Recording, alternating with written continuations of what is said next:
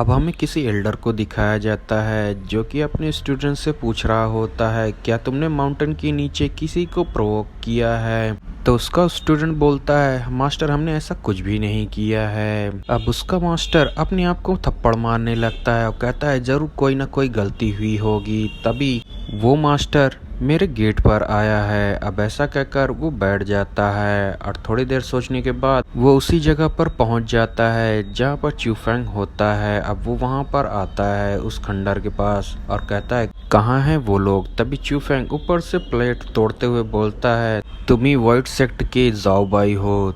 तो जाओ भाई उसके सामने झुककर माफ़ी मांगने लगता है कि मुझे माफ़ कर दीजिए, मैं नहीं जानता कि मैंने कहाँ आपको ऑफेंड किया है, मगर मैं आपसे इसके लिए माफ़ी मांगता हूँ। मगर चूफेंग बोलता है कि तुम्हें मेरे लिए एक काम करना होगा। अब ये बात सुनकर जाओ भाई एक फनी सा फेस बना लेता है। सीन शिफ्ट होता है और हमें सुमी के सिस्टर और उसके फादर को दिखाया जाता है, जहाँ मिस सुराओ अपने फादर से बोलती है कि हम संग युआन को सुमी के हाथों सौंप नहीं सकते।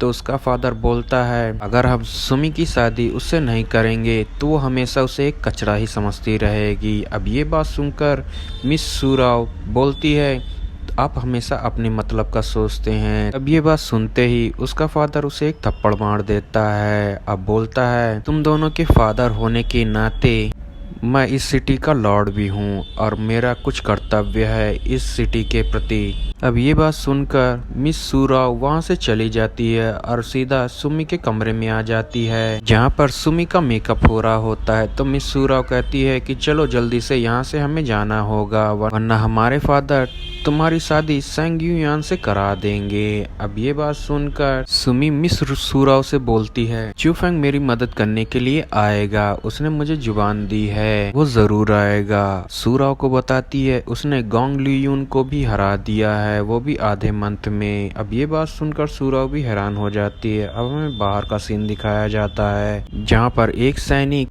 सुराव के फादर के पास आकर बताता है सेंग युआन और उसका अंकल यहाँ पर शादी करने के लिए आ चुके हैं। अब ये बात सुनकर उसका फादर बाहर आ जाता है जहाँ पर सेंग युआन बोलता है मेरे अंकल तुम्हारी बड़ी बेटी से शादी करना चाहते हैं। ये बात सुनकर मिस सुराव के फादर काफी गुस्सा हो जाते हैं और कहते हैं अपनी बकवास करना बंद करो। मगर सेंग युआन का अंकल बोलता है ये तो तुम्हारे लिए अच्छा ही होगा क्योंकि तुम्हें तो डाउरी भी नहीं देना पड़ेगा इसके लिए और तुम एक ही बार में निपट लोगे। ये बात सुनते ही उसका फादर गुस्सा हो जाता है, उससे फाइट करने लगता है मगर उसके अंकल से जीत नहीं पाता। वहाँ पर मिस सुरा और सुमी भी रहती हैं जहाँ पर सुरा कहती है मैं तुमसे शादी करने के तैयार हूँ मगर मेरे फादर को छोड़ दो।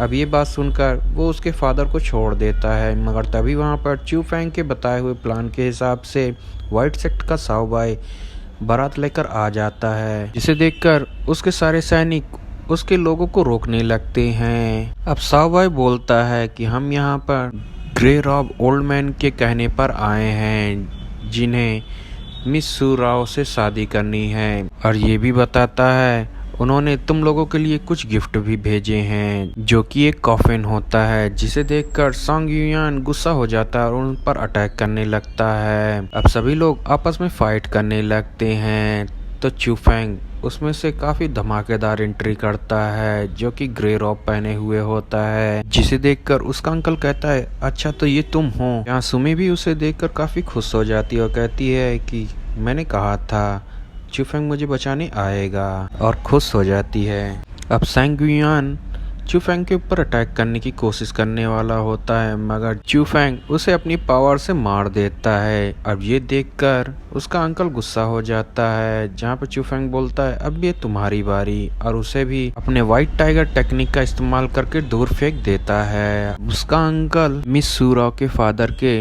पैरों में गिर जाता है और कहता है मेरी जान बख्श को दो, मैं कभी भी तुम लोगों की सिटी के पास नहीं आऊंगा। मगर अब बहुत देर हो चुकी होती है। अब च्यूफेंग उसे भी उसी तरह मार देता है। अब ये देखकर सुमी का फादर खुश हो जाता है और रात में सभी लोगों के साथ बैठकर ड्रिंक करता है और जहाँ पर वो बोलता है अब तुम मेरी दोनों ही बेटियों के साथ शादी कर सकते हो। जहाँ पर मिस सुराव गुस्सा होने लगती है तो सुमी बोलती है मैं अपनी बहन की तरफ से नहीं जानती, मगर मैं तो उससे शादी करना जरूर चाहूंगी। जहाँ चूफेंग ये सब बातें सुनकर कहता है कि मुझे अभी शादी करने का कोई भी इरादा नहीं है। अब यहाँ पे सुमी का मुंह फिर से उतर जाता है और साथ ही उसके फादर का भी। मगर तभी वहाँ पर एक लेटर आता है जिसे पढ़कर सुमी का फादर शॉक हो जाता है। साथ ही मिस सूरा जब उसे पढ़ती है तो वो भी शॉक हो जाती है। अब ये देखकर चूफेंग भी उस लेटर को पढ़ता है जहाँ पर उसे पता चलता है कि उसकी पूरी की पूरी क्लैन को ही खत्म कर दिया गया है। गाइस चैनल को लाइक शेयर सब्सक्राइब जरूर करिएगा। और एक और